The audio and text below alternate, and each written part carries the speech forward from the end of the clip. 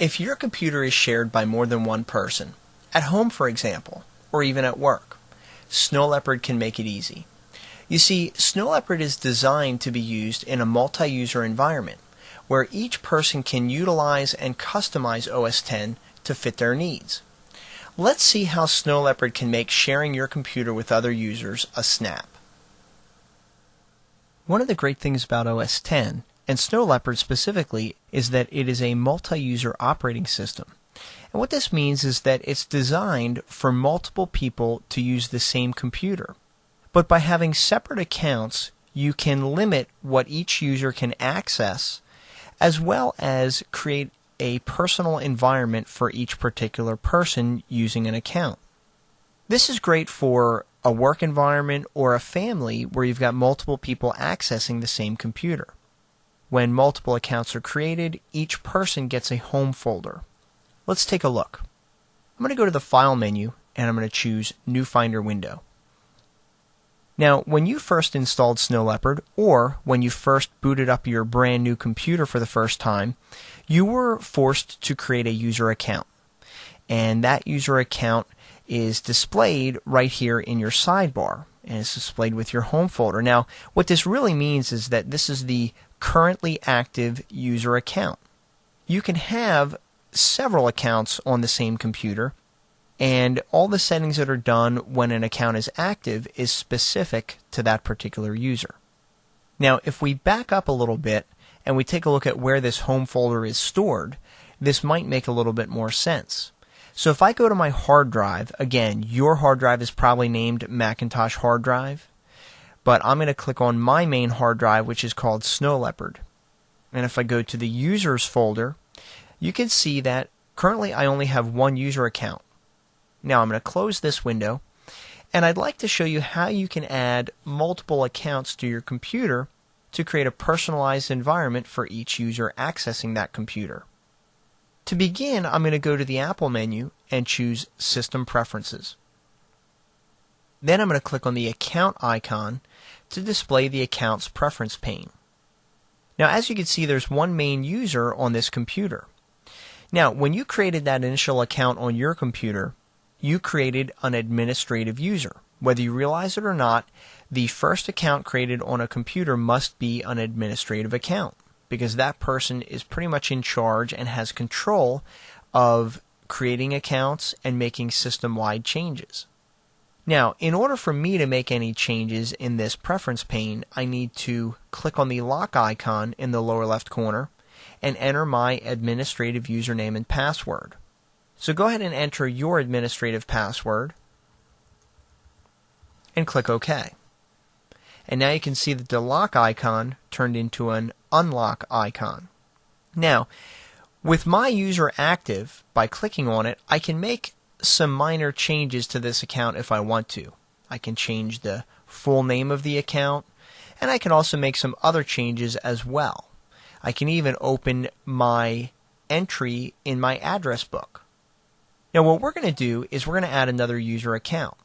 So for instance, maybe my wife wants a user account on my computer, but I don't want to make her an administrative user because I really don't want her to make system-wide changes.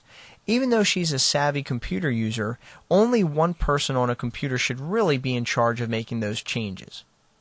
Now what I'm going to do to add an account for her is I'm going to click the plus sign in the lower left corner, and from the new account drop-down menu you can see that there's multiple account types that you can create. A standard account is a somewhat limited account that can pretty much do everything that they need to on the computer except things like add printers and install applications. Manage with parental controls is useful for children in your family that will give them some limited access and allows you to control when they can log into the computer and what websites and email addresses they can use as well. Finally, sharing only is useful if you're creating remote accounts for people to log into your computer. I'm going to choose a standard account, and I'm going to give this account a name. I'm just going to use a generic name. And when I hit the Tab key, the account name is kind of combined together into one. I'm just going to change this to Jane. I'm going to give this user account a very basic password. As a matter of fact, I'm going to make the password the word password. And go ahead and retype that password in the verify box. I'm making this very basic to begin with because the user can always go in and change it later on. I'm now going to click the Create Account button. And now you can see a new user account has been created for this user. We're going to go ahead and add one more account. I'm going to click the plus sign, and this account is going to be for one of my children.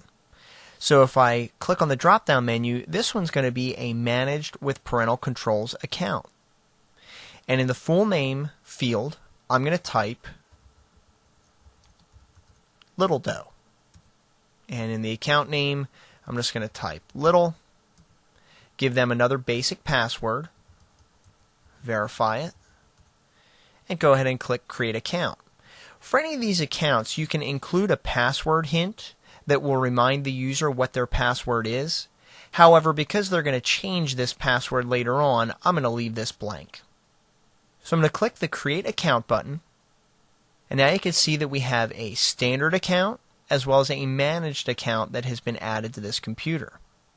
I'm going to go ahead and quit out of System Preferences. And just so you can see what has happened, I'm going to go to the File menu and choose New Finder Window.